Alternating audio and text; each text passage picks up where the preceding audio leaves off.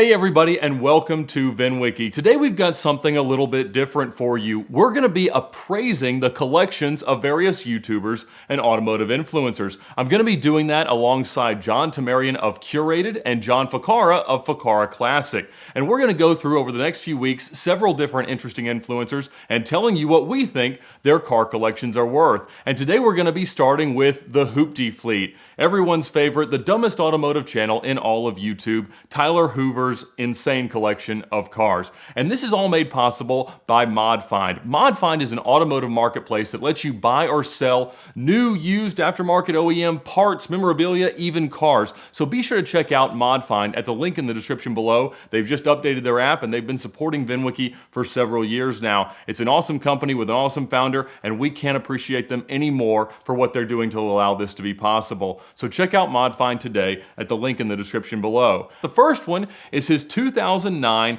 Audi R8. It's a V8 car, but that doesn't matter because the engine doesn't work. The mileage is unknown. It's got an accident on Carfax and it does not run. So, to me, I think that's probably a 35 grand car. What do you guys think? I'm going to go with 30,000 on that, but I would never buy it. I would never engage with that. I would never even try to put an engine in it. But if somebody wants to put 30 grand into it, God bless them. Honestly, I feel exactly the same way as you. I'm at 30. It looks and feels like a headache. That sounds about right. The next one on the list is a Beck Spider. It's based on the 550. It's a 1955 kind of, but it's got a Subaru engine, and it hasn't always run that very well, but it's an interesting car. I actually had somebody try to get me to sell a Beck 356 the other day, and it seemed like it was somewhere in the mid-40s. Let's call it 45 grand. Yeah, I've actually been in a few of these. We used a lot of these in film cars, but I've never seen one actually sell for over 40. Most of them are in the high 30s, so I'm going to say 39. I'm gonna go a touch over that just because it's Hoovies. I'm gonna say 40 to be a nice guy, but I agree. I think these sell all day long between 35 and 40. There you go. The next one is an interesting car. Originally owned by Jean-Claude Van Damme, it is his Bentley Azure. It's an 01 blue car, 69,000 miles, super duper cool. To me, probably give or take 60 grand. I'm going to have to go a little bit below that. I did watch one of the videos on it, so I'm going to say $50,001. I'm going to add the $1 for the Jean-Claude Van Damme. And because I actually do love these cars, I think they're so iconic, but they are a maintenance nightmare. With 69,000 miles, I'm going to be at 40. We do know that Hoovie loves his silver BMWs, and he's got several still, even though he sold off a lot of them when he kind of built every one of them they had in 01 or whatever it was. So he's still got a 2000 M5, 80,000 miles, not silver this time. This one's Avis blue with the heritage interior. To me, give or take a 25 grand car. I know people are paying up for E39s, but to me, that kills it on this one. I actually love this car, and I helped a friend buy one of these, and a nice version of it is going to cost you at least $35,000, and I don't know how nice this one is, but I'm going to put it at 35. I'm going to go a tad more. I think because the mileage is under 100,000 miles, I'm going to say I think it would bring even more, so 40 grand is the number for me. His other big BMW is his 01 BMW Z8. It's a 40,000 mile clean Carfax car. He added the Alpina wheels, which may or may not have helped the value, but those are easy enough to switch back if you wanted to. To me, I think that car's about $250 now. I know he paid an awful lot less than that, but they do seem to be going stratospheric. What do you guys think? I think a Z8 is a fantastic investment right now, but I'm going to go a little bit lower. I'm going to say about 200 because of where they're at in the market right now. They vary a lot, so I'm going to put it at 200. I'm going to go a little lower, and that's because it is silver. It is sort of high miles, 40,000 miles. You see cars trading, in the 200 range, 220 to 250. Those cars are probably in the, 10,000 mile to 20,000 mile range. Black is going to bring a huge premium. This car is silver. I think they look great in silver. I'm at 185 only because of the miles, and maybe if he has the original wheels, a touch more if they still come with the car, but only because it's silver. I think if it was a black car, we'd be over 200. There we go. The next one is a very quintessential Hoovie car, a Buick Roadmaster Estate, 1996, 82,000 miles. The wood's a bit faded, and it's a partial repaint, but how cool could that be? To me, I think that one's probably give or take 18 grand, not quite 20. All right, I actually cannonballed one of these back in the day, and I bought it for $2,000. And with the LT1 motor in it and everything, it's one of the most phenomenal old school wagons out there. But if you're not buying them in like a hipster market on the coasts, you can still find them pretty cheap. So I'm gonna go 10 on this one. You know, I have to agree a little bit. I think you can still find, you know, these cars in actually with lower mileage and nice shape. You know, I dug around a little bit on the internet, and I'm going to go with 12,000. Next up is his 1966 Chevrolet Corvette 427. Absolutely cool car, Nassau blue. It's not a numbers matching car, but still plenty awesome. Looks great on his little lifty thing in his garage. I've seen it a couple of times there. You know, to me, I think it's going to bring some real money, 90 grand. I think Nassau blue is one of the best colors ever for the C2 Corvette. But with Corvettes, the engine, it's all about the engine. It's all about numbers matching. So I'm going to go 82,000. So in my industry, non-numbers matching, it could be a deal killer. I'm going to go at 70,000, even though I have to agree Nassau blue is probably the best color on that car. But the non-numbers matching is scary to me. Next, we have another Chevy, a 2005 Suburban Z71. Nothing terribly special other than it is very, very low miles. So 66,000 original miles, kind of a turquoise time capsule of a car. Pretty cool thing. I mean, obviously the OBS cars are going up a lot. This doesn't necessarily fall into that just yet, but they are doing well. I think you could probably find $20,000 from the Rob Pittses of the world. You know, to me, this is just another used Chevy truck, and they're everywhere. The package really doesn't make it incredibly unique. I'm gonna have to put it at about 15,000. I have to say that I think there is a fascination with a generation looking for these sort of, maybe it's not truly vintage just yet, but low mileage, older SUVs that are iconic. These cars are bulletproof. I'm going to put it at 19,000. There we go. Oh, the next one is his Silverado SS, a true hoopty, 180,000 miles. That one's an 05 as well. You know, these are certainly developing a big enthusiast following. I don't think they're quite there yet. I think 5 grand probably gets that one off of Facebook Marketplace, no matter where you're selling it. I have to agree. There's the possibility of a future on these cars, but right now that thing, the way condition that it's in, 5 grand. I agree. 180,000 miles, 5 grand. Hey, the first one that we all agreed on. There we go. Now this has come in quite handy on some Car Trek adventures. His Chevy 2500 conversion van. It's a 2016, 40,000 miles, holds 9 people, maybe not 9 people in perfect comfort, but it'll tow things. It has towed the Tesla to its next charging depot. So I like the thing. It's very comfortable. Jared spilled coffee all over it the last time we were in it, but I think it brings 50 grand all day long. I've been in it. It is super cool. It's like a Learjet that drives on the ground, but I don't think it's worth 50. I'm thinking you'd find it on any lot in Middle America for $43,999.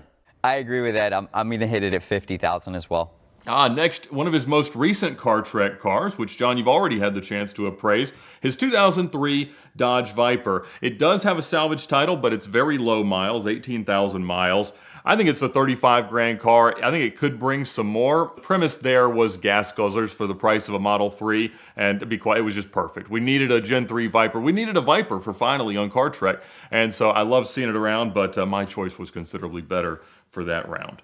Well, I saw the car, I appraised it on Car Trek, and I was being generous. The car is actually, even though it's a salvage title, was repaired really, really well. I mean, it looks right. If you want a giant Honda S2000, I put it at $41,000. Listen, I think Vipers are so cool. They've done really well in the past year. The mileage is right. You know, I think the color's right. The salvage title is scary, but if you guys say it's nice in person, I'm going to put it at 38,000. He also has a nearly million-mile 2500 Ram. This truck is not quite to 1 million miles, but I think it's like 998. It's a whole lot closer than the million-mile Lexus when Matt Farah started calling it the million-mile Lexus. It does seem to run. Of course, it's not very nice, but it's a 4x4. You know, I think 15 grand, you could certainly find somebody who wants to be the person to roll it over 1 million. I mean, it is a, pre-additive diesel truck, which go for big money these days, but the mileage is insane, and there's nothing terribly special about it. I think you could find that truck all day long for 10 grand, maybe with less mileage, but I'd put it at 10 grand. I agree, it's probably worth 10 grand, but I think the whole fact that it's the million-mile truck probably adds an additional 5 grand if he ever wanted to sell it. So I'm gonna say 15,000. That's what I've been saying. The miles make him more valuable. Speaking of which, he has a 100,000 mile Ferrari. His 348, he actually stopped here on his way home with it. It's a black car, painted absolutely horribly. It's got house carpet inside. It's got like bus interior seats. It is a ridiculous car, but I do happen to know, having heard it several times, it is his favorite car. It's a 348 TS, and I know what he paid for it, but I think it's gone up a little bit since then.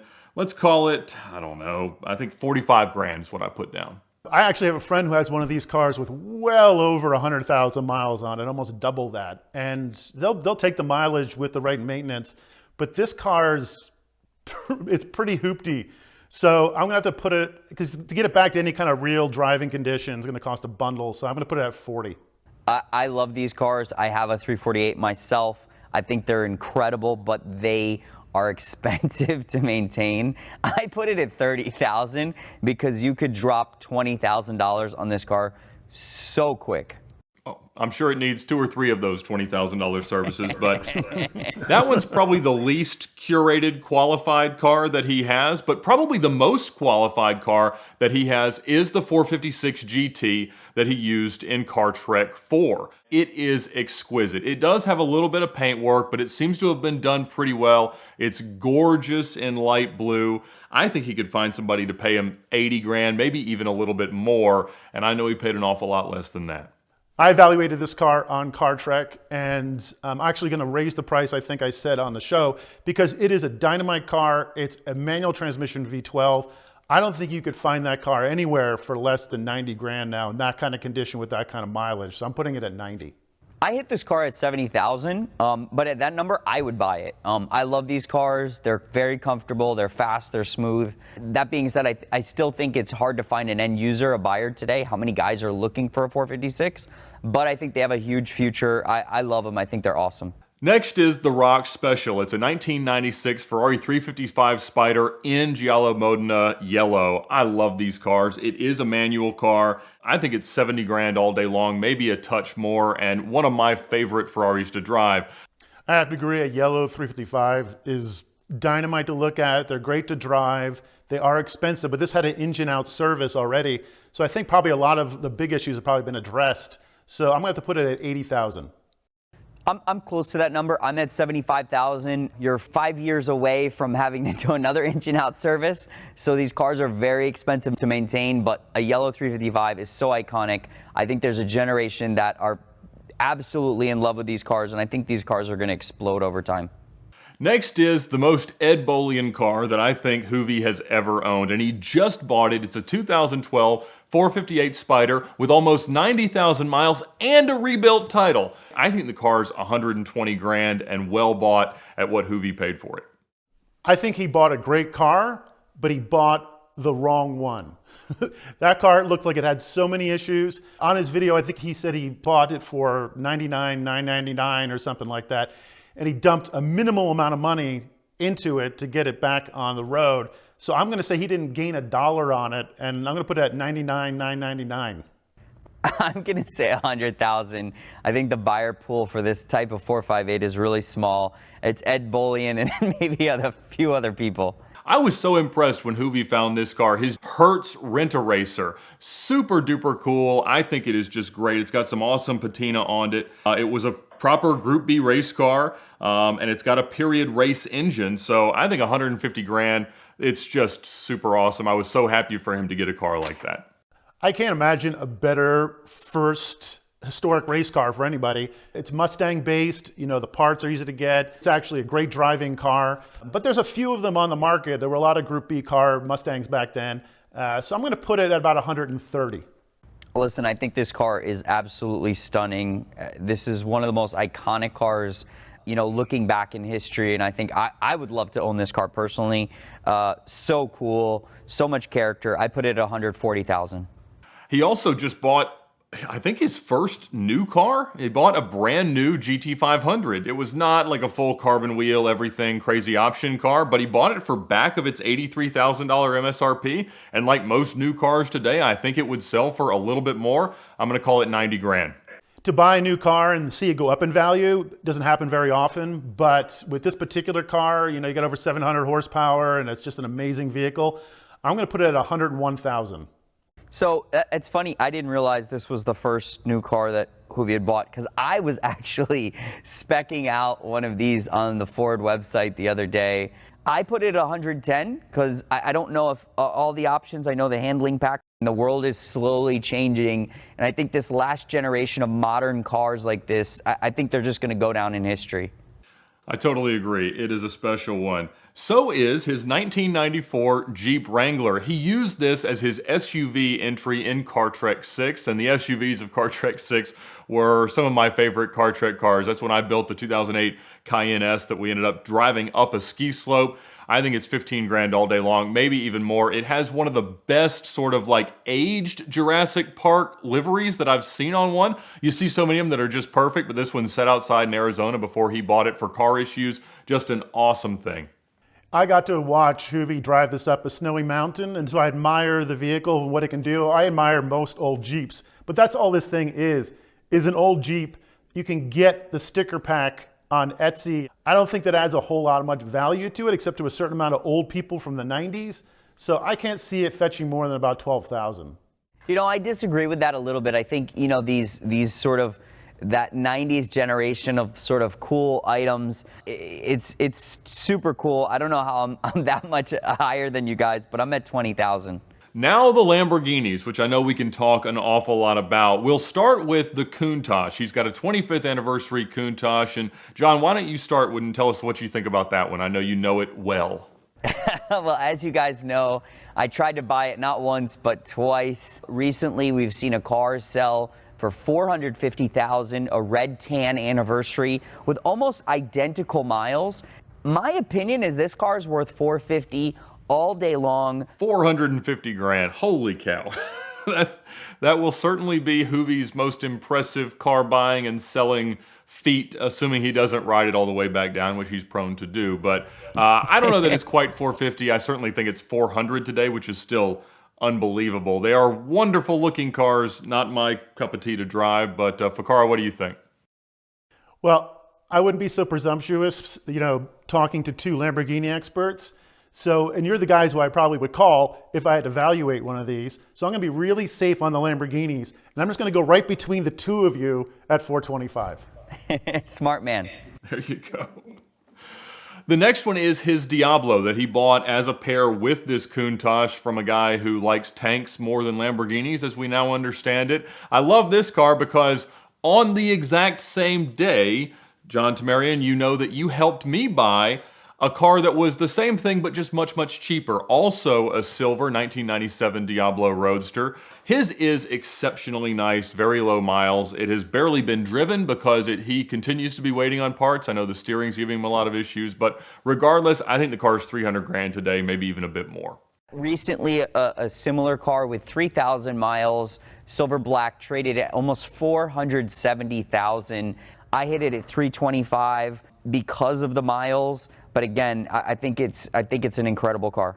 So sticking with my Lamborghini advisors here, I'm going to go right in the middle at 312,500.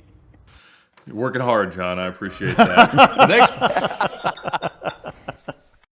The next one is his 2006 Lamborghini Murcielago Roadster. So I bought that car for $71,000. I sold it to him for $99,000. And I know that he recently got an offer in the 190s for it because when I listed all my cars for sale, as originally as John Ficarra's appraisals, he has decided to list all his cars for sale. He put it out there for like $199, hoping nobody would buy it, and people have stepped up to try. He still has it, and I think he should keep it because it's the perfect Lambo V12 vertical, so I'm going to call it $190 today. So, here's the thing. I don't like the E-Gear cars. I mean, I'm just going to be honest. The last car that I saw, I just went to the last auction report from Mecum, and a similar car in yellow sold for $162,500. So that's just my opinion. Listen, orange is a great color on that car. I was looking at a yellow car that sold, so I'm sure there's probably some premium for orange, but again, I don't really trade in the E-Gear cars and had to just look at the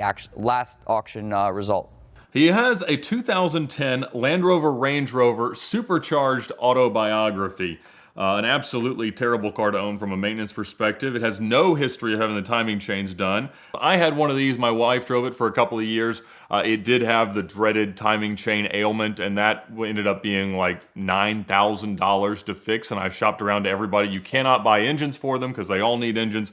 $5,000 probably, because you can sell any Range Rover for $5,000 on the internet. So that's what I'll say. I'm gonna have to go with scrap it on this and take all the parts out of it, sell them to all the other Range Rovers that need to be fixed. There is no reason that this car should ever be sold, or if you did sell it, you're gonna have to buy it back from the person that you harmed. So take it apart, put it in a lake, send it to Siberia, get rid of it. So I have to be honest, I didn't even know that this timing chain issue was such a big deal. That is completely terrifying. I put it at 6,000, but I'd like to retract my my appraisal and go with scrap as well. That is $9,000. That's insane, Ed.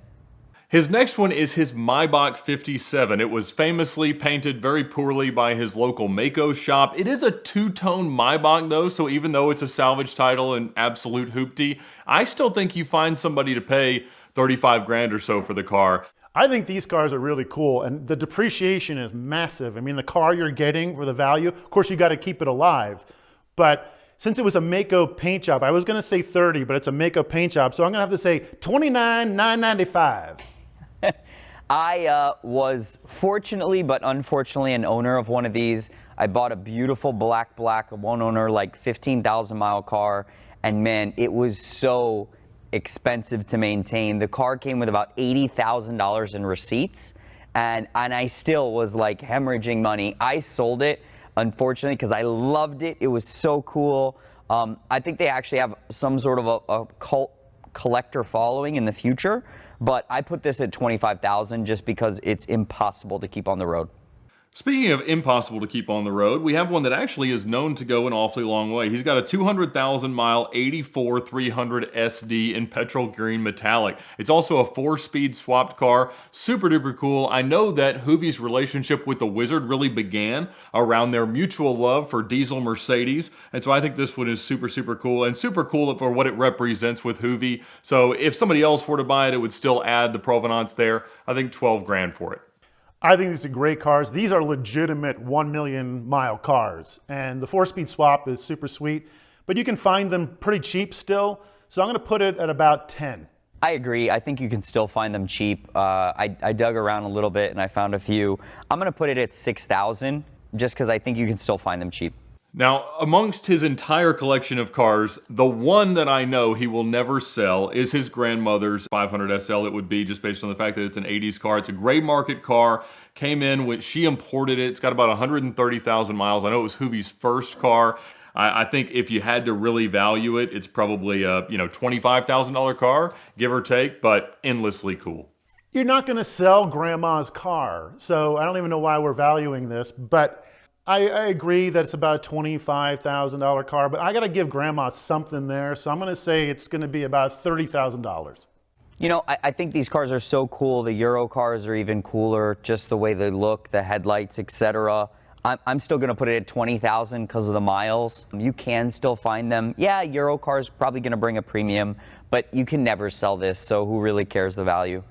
With 175,000 miles, his next car is absolutely ridiculous. An ML63, still on its original engine. It is an 07, so it has the head bolt problems. I think $7,500 is what you could get for it, only because people always overpay, myself included, for terrible AMG cars. This is a car I wouldn't touch with a 10-foot pole, but if it was $5 grand, I might consider it to drive across the country once and then get rid of, but I can't see spending more than $5 grand with all the bills that are coming with one of those. I agree. I'd probably be stupid enough to buy it for $5 grand, or even $6 grand is what I think it's worth, just because it's an AMG car, but yeah, just a nightmare to keep alive. The next one is his SLS, white over tan or pearl over tan. It's got some miles on it, about 38,000. He used it for Car Trek 5, our dream car series. I was really proud of him because I knew it was his long-term dream car. He and I talked back and forth about that versus an SLR, and he ended up buying it, I think, for about 135 grand. Today, I think it's probably 175, maybe even a touch more. Now, I've never bought or sold one of these, so I had to do a little bit of research. And really, I wasn't aligning the cars as much as I was aligning the people. Siegfried and Roy's car sold for $198,000, and I put Hoovie right on par with those guys. So I'm going to say $198,000. I would put it at $155,000. I think it's a great color, definitely an awesome car. I love it. I daily drove one for a while, but it's 38,000 miles. I think the guys that are paying $200,000 and $250,000 for these today, they want a lower mileage car. This next car has really been blowing up on his channel. He's getting amazing views. Obviously, the audience loves it. It is his Superbird. Orange with its gold wheels, a 1970, one of 135 Hemi-powered cars. It's kind of a resto mod. It's not the original engine, but it's a real Superbird, which have sold for up to $1 million, give or take, at Barrett-Jackson. He paid $130,000. He's not anywhere near making it run properly. He's probably another 10, 15 grand away from that. But I think when he's done, honestly, somebody will pay him 200 grand for that car. I can't see 200 grand for a resto mod Superbird, and it's a damn shame that the Hemi's long gone and that a correct Hemi's not back in it, that it's not a correct car. You know, the resto modding any other one I think would be appropriate, but resto modding one of the original Hemi cars, not really. But you know, that being said, I think in today's market, you still probably could get about 180 for the right person who likes that kind of thing. But man, I'd put the money into putting it back into a real Hemi. You know, I slightly disagree, in as much as I'm a nut for originality. I think there's a huge trend to resto modding everything. These cars are doing really, really well at Barrett-Jackson and things like that. You know, you start to see these cars. I looked up one with a new Hellcat engine, and it went for some insane number. So I actually think because of the provenance of Hoovie, because of it being resto modded, and if it's done right, if he puts a little bit more money in it, I think he could pull 220. Well, there we go. Next is this 1974 911 Carrera. It's a real 74 Carrera, but it has a 78 turbo motor. So it's really an in-period hot rod, and obviously backdated cars and certainly legitimately old air-cooled 911s are super duper awesome. But I think at 70 grand, it would still be a well-bought car with plenty of a long-term upside. So a 74 Porsche race car would have been an RSR. Now you add the turbo, that makes it a 934. Now, it's not a 934, but it's the cheapest way into something like it, and this has legitimate race history. The way that early 911s are moving, and that this thing would just probably be the baddest track day car ever, I think people would pay at least 90 for that. I originally put my number at 70 on this car just because I think it's more of a track car than anything. But at the end of the day, you have to listen to an expert of John Ficarra. So you're probably more right on this, but I put 70,000. He's got another 911, a 79 SC. It's been hacked into a cabrio. It really doesn't run, but it would be an interesting project for somebody. I think you could get somebody to pay 15 grand for a donor for any kind of an old 911 resto project, and so that's what I said. Although, really, let's be honest, it's worthless. It's always worth bringing back a 911 from the dead, trust me. But sometimes the journey can be too far. SCs are great versions of the 911. This car is immensely sad. It's probably a donor car for another restoration, but I wouldn't pay over $12,000 for it. Yeah, I agree. It's a donor car. I put it at 10,000. There you go. And the last car on his list, one that I know, John Ficarra, you love very, very much, is his 88 928 S4. And this is no Hooptie. This is a 40,000 original mile car. It's got a clean Carfax. It's Cassis red. Super duper cool. I think it's 35 grand. Now, it's no secret, I love 928s. I have 4 of them. I'm in the process of building like the ultimate 928. And they are moving up market quick. The generation that grew up with those want them. And this is a great version. The S4 has the 32 valve engine in it with the 5-speed transmission. It is a tremendous sports car that you can drive across the country and get out and be totally comfortable and fine in it. I think they are insanely undervalued, but I think this is a good example of that car. I think it's 40,000. I agree. I think there's a huge generation that loves these cars. I can't tell you how many of our clients have asked if I could find them really nice 928s, and I just don't know them that well. I'm glad I'm not too far off from you, John, because I don't know them, but I said it was probably worth 35,000. Well, there we go. So by my math and my appraisals, I think he has almost $2.7 million worth of cars.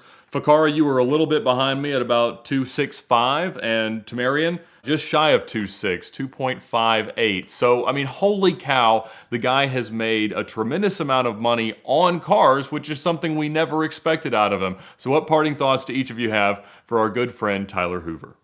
Well, I'd congratulate Tyler on building an eclectic, fun collection of cars. You know, the ones that are linear, where a guy just collects white Ferraris, bore the hell out of me. He's all over the place. He's got some really good choices, some really bad choices to balance it out. But if I walked into this garage, I would just be smiling all day long. Congratulations, Hoovie, on a great collection.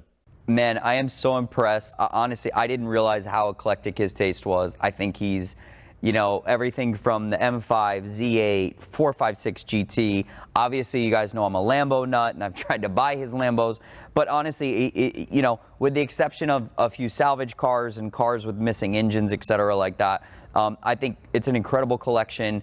Well, thank you guys so much for the input and the appraisals. We'll be back soon with another evaluation of a collection from another influencer. But thank you so much to ModFind for supporting this video. Head on over to ModFind now, download their app on your phone, list your parts, new, used, OEM aftermarket for sale, buy whatever you need for your car. I just bought a set of Ferrari wheels off there for a car that desperately needed some stock wheels, and so I appreciate them and I appreciate their support of what we're doing here. So apparently the dumbest automotive channel in all of YouTube may not be that dumb after all, but thank you all so much for watching today on VINwiki.